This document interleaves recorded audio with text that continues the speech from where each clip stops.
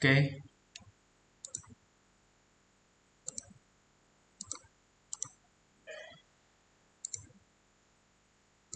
Bismillahirrahmanirrahim. Assalamualaikum warahmatullahi wabarakatuh. Di sini saya akan melanjutkan presentasi saya dari pelatihan yang saya ikuti, yaitu tentang Requirement Engineering, Software Engineering. Di sini adalah bagian part video ke-5 yang membahas tentang section 9 dan sebagian dari section 10, yaitu di section 9 tentang Requirement Management and Practical Consideration yang berisi tentang change management, change control, status tracking, version control, requirement traceability metrics, kemudian ada how does agile manage change, kemudian ada how to limit change and change impact, ada quiz ke-9, kemudian ada di section 10 ini saya eh, mengambil intronya, yaitu tentang requirement tool yang berisi requirement tool classification dan salah satu contohnya yaitu brainstorming tools. Langsung saja saya menuju ke presentasi saya.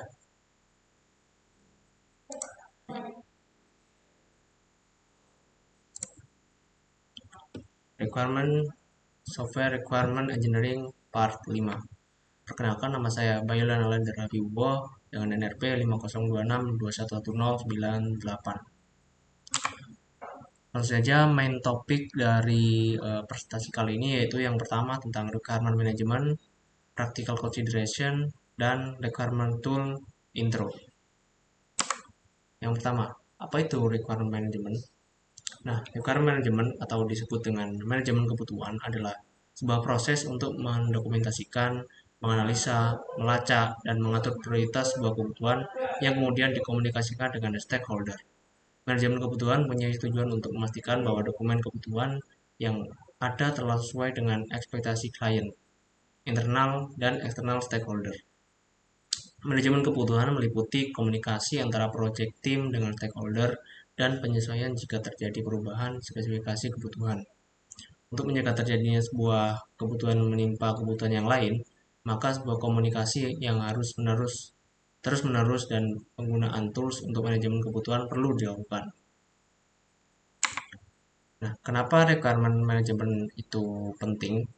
Salah satu alasan kenapa sebuah tim pengembang membutuhkan manajemen kebutuhan adalah karena mereka menginginkan sebuah proyek yang dikerjakan berjalan dengan sukses.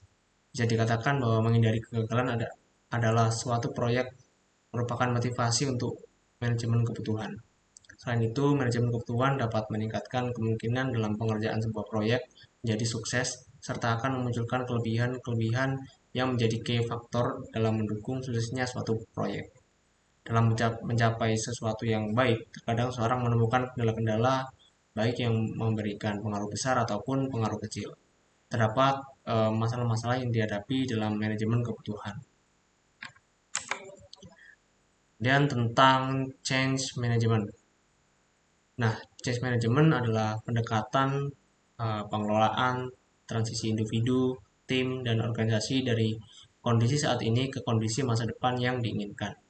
Change management adalah proses organisasi yang bertujuan membantu para eksekutif untuk menerima dan merangkul perubahan dalam lingkungan bisnis mereka. Nah, Kotler mendefinisikan change management sebagai pemanfaatan struktur dasar dan alat untuk mengontrol setiap upaya perubahan organisasi. Tujuan change management adalah untuk memaksimalkan manfaat organisasi dan meminimalkan dampak perubahan pada pekerja dan menghindari gangguan yang mungkin terjadi. Nah, change management harus dimulai dengan diagnosis sistematis atau situasi saat ini. Hal ini dimaksudkan untuk menentukan kebutuhan akan perubahan, serta kemampuan untuk berubah. Kedua hal tersebut harus ditentukan sebagai bagian dari rencana manajemen. Nah, 4 poin dari change management yaitu yang pertama, change control, status tracking, version control, dan traceability yang akan saya jelaskan lebih detail di slide berikutnya. Yang pertama yaitu change control. Change control atau kontrol perubahan adalah proses yang digunakan untuk mengelola permintaan perubahan bagi proyek dan inisiatif besar. Ini adalah bagian dari rencana manajemen perubahan yang menentukan peran untuk mengelola perubahan dalam tim atau perusahaan. Meski ada banyak bagian pada proses perubahan, Cara termudah membayangkannya adalah hal ini mencakup pembuatan log perubahan yang memungkinkan Anda melacak permintaan sebuah proyek. Umumnya, pemangku kepentingan dapat meminta perubahan. Permintaan bisa saja sekecil sedikit pengeditan pada jadwal proyek atau sebesar hasil dari akhir. Nah, harap diingat, tidak semua permintaan akan disetujui karena pemangku kepentingan berwenang menyetujui atau menolaknya. Nah, karena proses kontrol perubahan memiliki banyak komponen penggerak dan berada di setiap perusahaan, mengimplementasikan alat yang dapat membantu proses siklus perjalanan lancar merupakan hal bermanfaat. Nah, alat seperti manajemen perangkat lunak dapat membantu Anda untuk mengelola pekerjaan dan komunikasi di suatu tempat.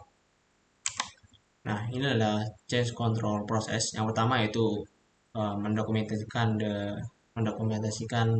request atau permintaan. Kemudian si project manager ini mengevaluasi request tersebut, apakah bisa diterima atau ditolak. Nah, jika diterima, maka CCB atau Change Control Board mengevaluasi request tersebut.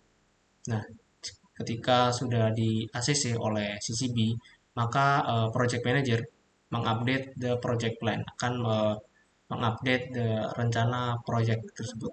Kemudian stakeholder akan review implementasi yang sudah diubah. Kemudian ada status tracking. Nah, status tracking ini yang diterapkan dalam manajemen perubahan adalah status tracking. Kami perlu melacak status setiap permintaan perubahan. Itu sebabnya kita harus menyimpan semua permintaan perubahan di beberapa database atau spreadsheet dengan semua informasi yang relevan tentang setiap perubahan. Informasi seperti siapa yang akan memprakarsai permintaan dan kapan, dan status permohonan apakah yang sudah ditinjau oleh CCB atau belum. Jika ditinjau oleh CCB, kami menempatkan status disetujui, ditolak, atau ditunda ke masa depan. Nah, saat ini dalam pengembangan, pengujian, atau status apapun yang mungkin Anda gunakan. Oke. Kemudian ada version control. Nah, version control ini adalah sebuah sistem yang mencatat setiap perubahan terhadap sebuah berkas atau kumpulan berkas sehingga pada suatu saat kita dapat kembali pada salah satu versi dari berkas tersebut.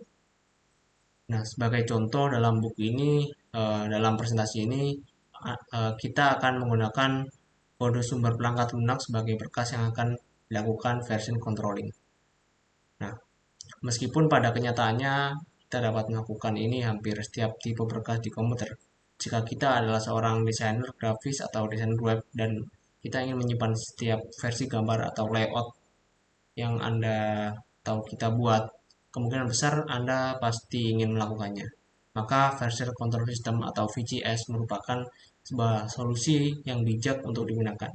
Sistem ini memungkinkan Anda untuk mengembalikan berkas Anda pada kondisi dan keadaan yang sebelumnya, mengembalikan seluruh proyek Anda pada keadaan sebelumnya, membandingkan perubahan setiap saat, melihat siapa yang terakhir melakukan perubahan terbaru pada suatu objek, sehingga berpotensi menimbulkan masalah. Nah, siapa yang menerbitkan isu dan lainnya.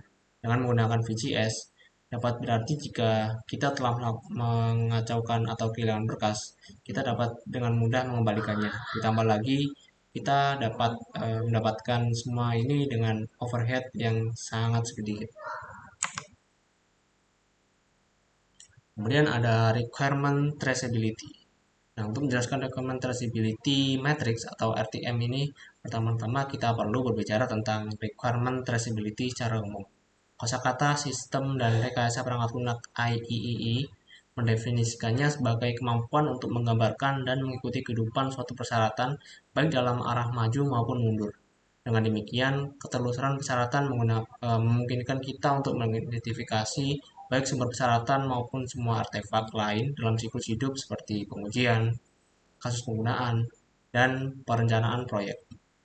Untuk mendokumentasikan tautan kompleks ini dengan jelas, dokumen yang disebut matriks ketelusuran persyaratan digunakan yang secara akurat memetakan hubungan antara persyaratan, kasus uji, dan cacat. Dengan RTM, dipikirkan dengan matang, mudah untuk melakukan analisis grafis, telusuran, dan memverifikasi bahwa semua persyaratan dipenuhi dengan memvalidasi kasus uji yang sesuai. Dan how does Agile manage change? Bagaimana Agile memanajemen perubahan? Nah, Agile adalah pendekatan yang digunakan oleh manajer proyek untuk mendapatkan hasil yang lebih baik untuk proyek mereka dengan mendukung perubahan bertahap, kolaborasi, dan kerja interaktif dalam urutan sesi yang dikenal sebagai sprint. Di Agile, tahapan proyek bersifat siklus dan berulang.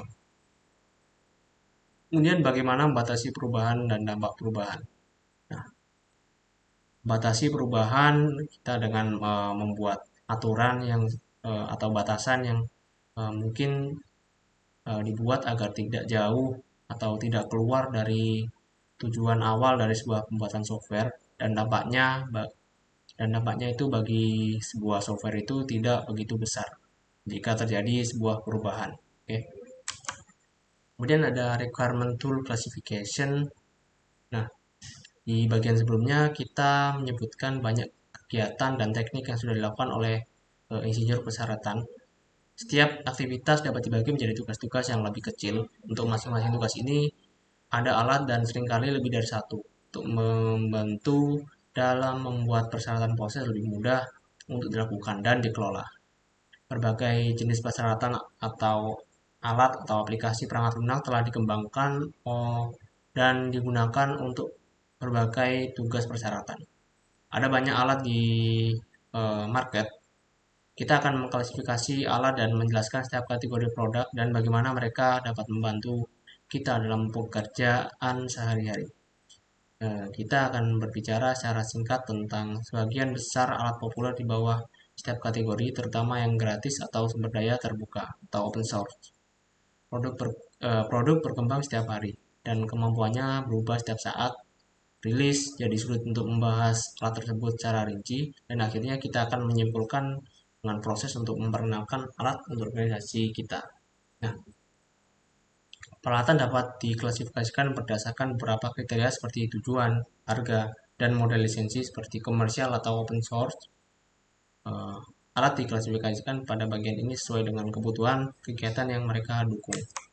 Nah, requirement tools classification ini terdiri dari 6, yaitu brainstorming tools, prototyping tools, modeling tools, collaboration tools, business needs assessment tool, dan requirement management tools, yang kita akan bahas secara rinci di slide-slide berikutnya. Kita akan bahas yang pertama, yaitu brainstorming tools. Nah, brainstorming tools ini seperti yang dikatakan sebelumnya, brainstorming biasanya dilakukan secara berkelompok. Brainstorming dalam kelompok dapat menjadi sarana untuk menyumbangkan ide dan gagasan yang kreatif secara bebas dan terbuka. Semakin banyak partisipan yang mengikuti brainstorming, semakin kaya dan beragam pula ide yang dihasilkan. Kendati umumnya dilakukan secara berkelompok, brainstorming juga bisa dilakukan secara seorang diri. Beberapa penelitian bahkan menyebutkan brainstorming individu seringkali menghasilkan ide-ide yang lebih berkualitas dibandingkan brainstorming berkelompok. Pasalnya saat brainstorming berkelompok, terkadang seorang bisa terlalu memikirkan ide atau pendapat orang lain. Hal ini bisa membuat kita merasa takut atau ragu untuk melakukan ide di depan banyak orang. Padahal mungkin ide tersebut sangat baik.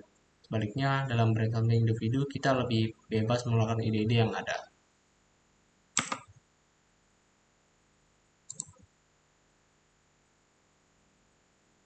Oke. Nah, dari slide-slide yang sudah saya jelaskan tadi, nah ini untuk yang requirement tool lanjutan, yaitu yang 5 tadi. Nah, yang ini saya sudah jelaskan brainstorming tools. Kemudian untuk yang berikutnya di prototyping tools, modeling tools, collaboration tools, business need assessment tool, requirement management, saya akan buat di part video selanjutnya untuk lebih lengkapnya agar lebih jelas, dan untuk mengakhiri uh, part ke-6 dari presentasi ini dan part terakhir untuk sesi materi dari pelatihan ini di section 10. Oke, jadi cukup sekian presentasi dari saya. Terima kasih atas perhatiannya, dan untuk part 6 akan dibuat segera setelah video ini dipublish. Terima kasih atas perhatiannya. Wassalamualaikum warahmatullahi wabarakatuh.